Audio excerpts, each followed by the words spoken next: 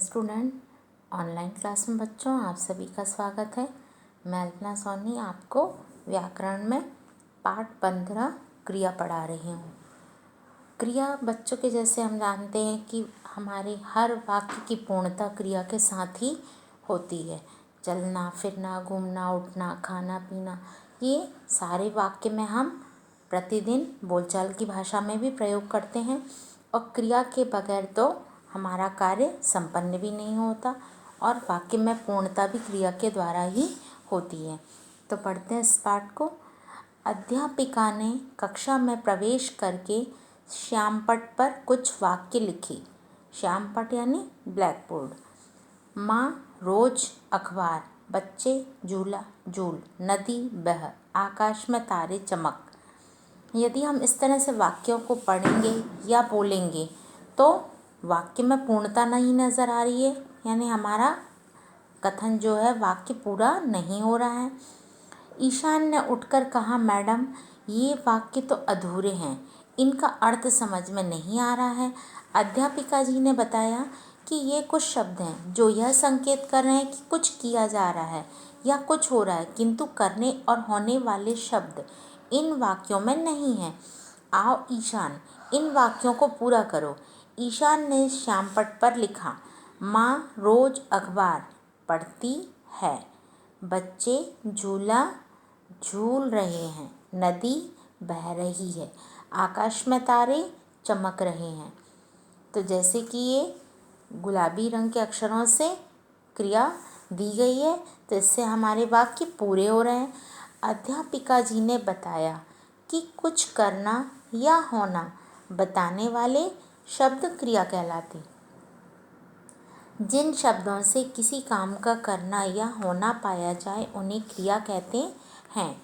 इस परिभाषा से स्पष्ट है कि कुछ क्रिया की जाती है, जैसे छात्र पुस्तक पढ़ते हैं, बंदर कूद रहे हैं, बालक सो रहा है, शेर दहाड़ रहा है।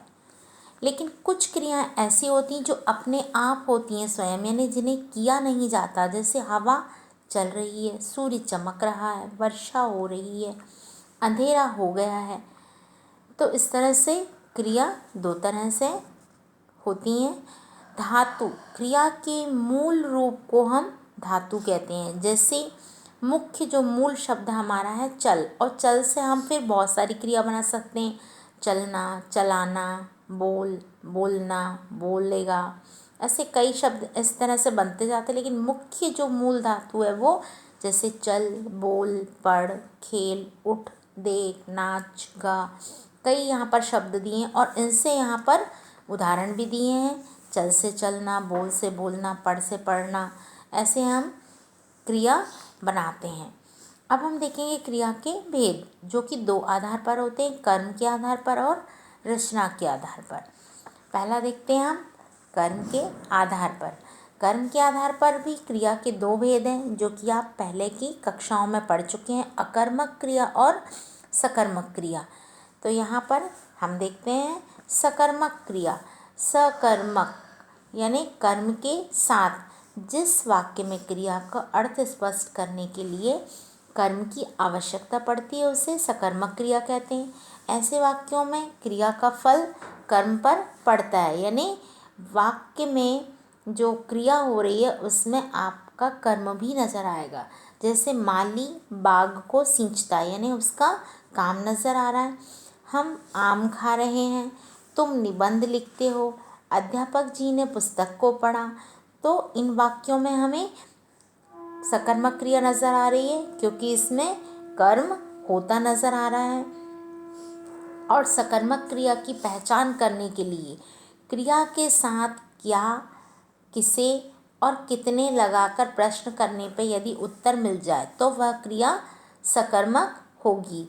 जैसे यहाँ पर बहुत अच्छे से उदाहरण दिया है, माली बाग सींचता है, किसे सींचता है? बाग को। हम आम खा रहे हैं, क्या खा रहे हैं? आम, उत्तर मिल रहा है। तो इस तरह से हम देख सकते हैं कि ये सकर्मक क्रिया होगी। लेकिन सकर्मक क्रिया के अंदर भी दो भेद होते हैं, एक कर्मक और द्विकर्मक।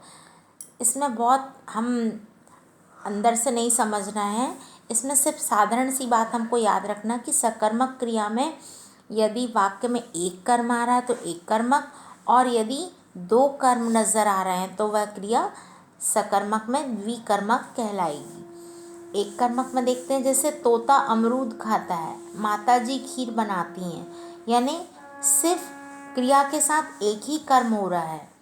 इन वाक्यों में अमरूद, चांद, खीर, गीत एक ही कर्म आया है तो ये एक कर्मक है।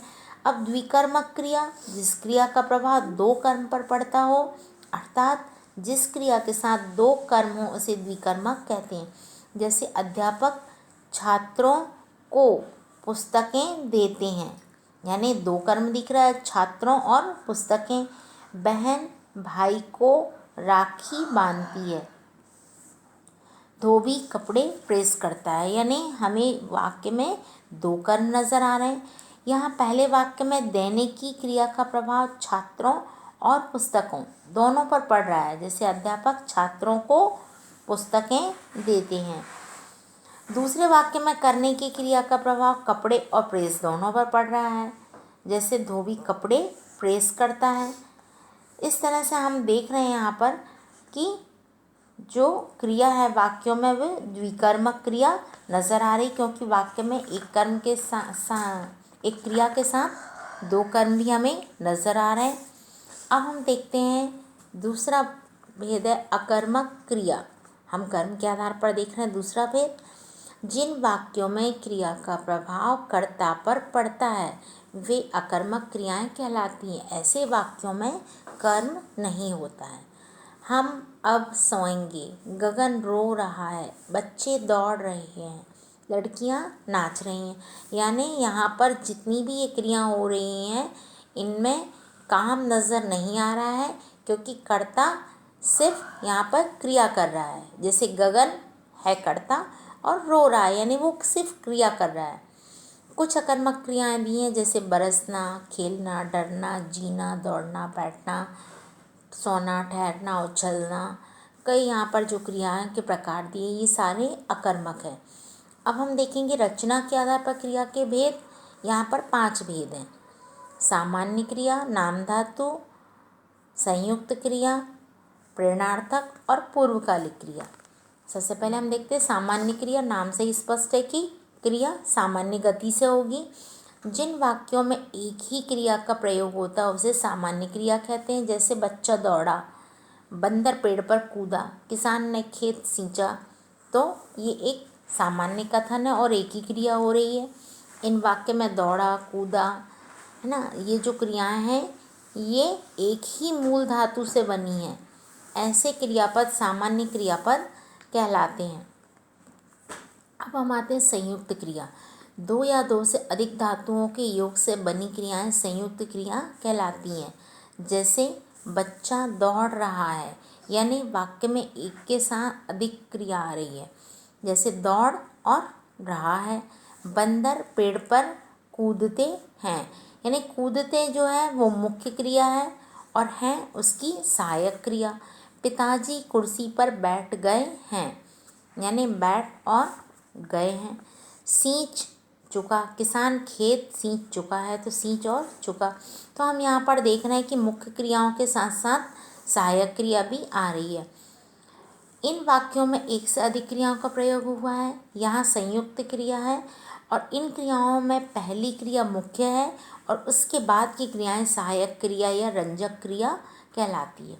तीसरी हम दे देंगे नाम धातु क्रिया। जो क्रियाएं संज्ञा, सर्वनाम, विशेषण और अनुकरणवाची शब्दों से बनती हैं वे नाम धातु क्रियाएं कहलाती हैं। जैसे हम यहाँ पर कुछ उदाहरण देख सकते हैं, तालिका में दिया है कि संज्ञा शब्द है बात और बात से बतियाना, रंग शब्द से रंगना।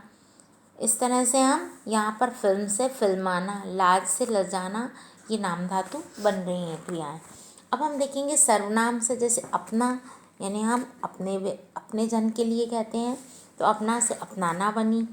विशेषण में नाम धातु देखते हैं तो साठ से सठियाना, गरम से गरमाना, लंगड़ा से लंगड़ाना। फिर अनुकरणवाची कहें तो एक ही शब्द की मतलब दोबारा आवृत्ति हो रही है, अनुकरण किया जा रहा है, जैसे थर थर, भिन भिन, टन टन, टिम टिम, इस तरह से जो शब्द हैं इनसे हम फिर जो क्रिया बना रहे हैं, जैसे थर थर से थर थर आना, भिन भिन से भिन भिनाना, ये हम नाम धातु क्रिया का निर्माण कर रहे हैं। तो इस तरह से हम नाम धातु क्रिया बनाते हैं। अब हम आते हैं चौथा प्रकार है प्रेरणार्थक क्रिया। जब कर्ता स्वयं कार्य ना करके किसी दूसरे को कार्य करने के लिए प्रेरित करता है तो वहाँ प्रेरणार्थक क्रिया होती है।